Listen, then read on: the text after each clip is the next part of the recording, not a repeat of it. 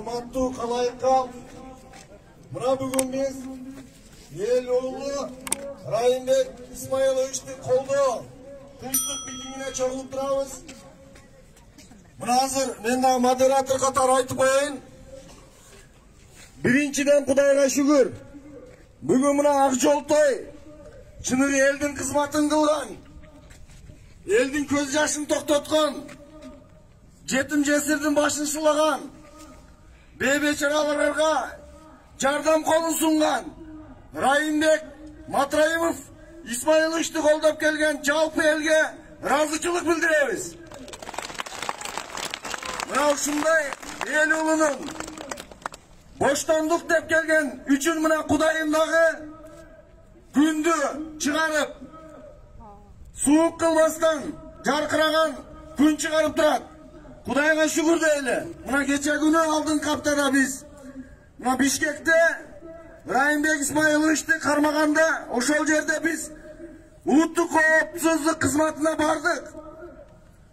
Biz al yerde çındık izle bardık. Buna bugün kelgen elder bir ele Karasu rayonumuz. Buna yerde hazır cazu geldi karamızda. Çalalabad oblasından geldi.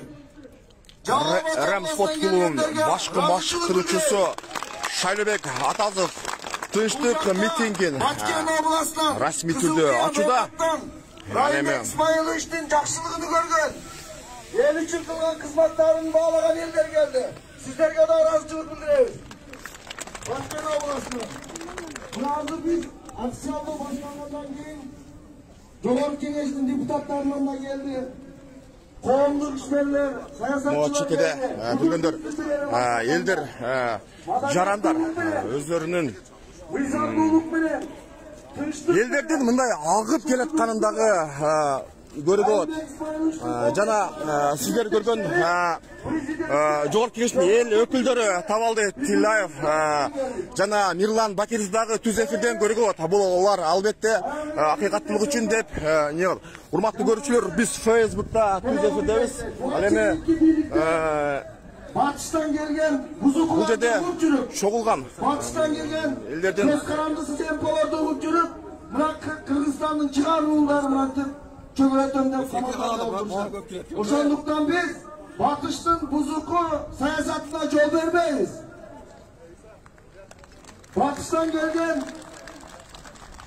массалык маалымат каражаттары Кыргызстандан чыгып кетсин. Чыгып кетсин. Мына азаттык деген бузуку теле берүү Кыргызстандан чыгып кетсин деген ураандар менен чыгып жатабыз. Ошондой эле мына Жаңалабад, Баткен, мына депутаттардан Нарындан, Чүйдөн, Ысыккөл, Таластан өкүлдөрдү жөнөтүшкөн. Мына биздин элибизге кыйынчылык түшүп, дарыга муктаж болуп, алсырап, деңгеңге түшкөндөй кыйыны жок турганыбызда Кыргызстандын бүт булун бурчуна чейин ар бир айылга жардам колун сунган Райымбек уулубузду ак жеринен камап атат деп саналаш болуп келген. Ал эми бул жердеги журналисттер дагы өзүнүн ишмердүүлүгүн так аткарууда. Ал эми максаты бүгүнкү митингдин максаты биз бийликти басып алайын деген максатыбыз жок. Урматтуу эл журт, чындыкты айтайлы, акты айтайлы. Себеби мына Райымбек Исмаиловичти проект кылып, ушул кишини бир каралап жүрүп, акыркы 3 жылда мамлекеттик деңгээлде массалык маалымат каражаттары жамандап атат. Бул кишиден алдын турган ошол тармактын министри, ошол кездеги өкмөт башчы, ошол кездеги президенттер, ошол кездеги башкы прокурор, МВДнын министрлеринин аты жок. Ошол кездеги бажынын төрагасы Кулматов демегенге атын атабай атат. Ошол кездеги президент Атамбаевдин неге атабай атышат. Себеби атайын даярдалган күчтөр болуп атат. Ошондуктан бүгүн биздин максат 3 жылдан бери сабыр кылдык. Мына чыгабыз дейт, койгула, тынчтык болсун дейт. Чыгабыз дейт, койгула дейт. Бүгүн биз сабырыбыз бүтүп Райымбек Исмаиловичке боштондук Raimbek İsmailovич'e boşlandı. Raimbek İsmailovич'e boşlandı. Eloğlu'na boşlandı. Eloğlu'na boşlandı. Hurmatlı elçi, buna massалық маалымат каражатынын өкүлдөрү да келип атат. Мына колдоп келгендер баарыбыз жалпы туруп, бир муштум болуп, үнүбүздү жеткирели. Мына эмнеден башталды бул нерселер? Райымбек Матраимовдун бажыда иштебегенине 3 жыл болду. 3 жылдан бери өзүнүн жеке бизнестери менен чет өлкөдө Кыргызстанга бир мына суу түтүктөрүн тартайын деп бизнес кылып жүрөт.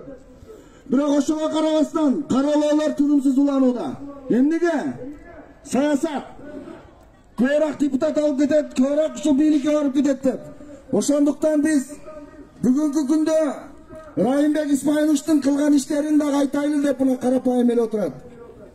Мага суу чыгарды эле, жол курду эле, боорунду алмаштырды эле, жүрөгүндү алмаштырганга жардам берди эле деп. Ошентип кече Мыктыбек Арстанбек деген ажы туура айтты. Райым, сен Кудай берген рызкыны бөлүшкөн боласың деп. Өзүнүн элине бөлүшүп, баягы кыргыздарда кербен башы дейт. Ошол кербенди тартып, Кыргызстанга ишкерлерди тартып турган биздин ишкер агабызды бүгүн каралап, камап, бүгүн чөгөлөткөнгө аракеттенип жатат. Бирок бир дагы ишинде каралоолордо далил жок. Себеби мына Али деген бала 700 миллион доллар алып чыгып кетти дедилер. Ушул жалган экен.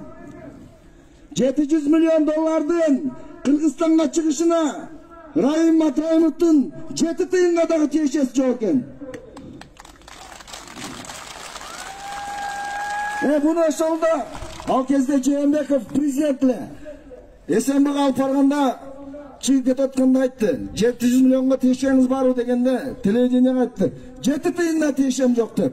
Себеби 700 миллион доллар Кыргызстандан bir жылдын ичинде Өзбекстандан келген ишкерлердин обороттогу тыйын экен.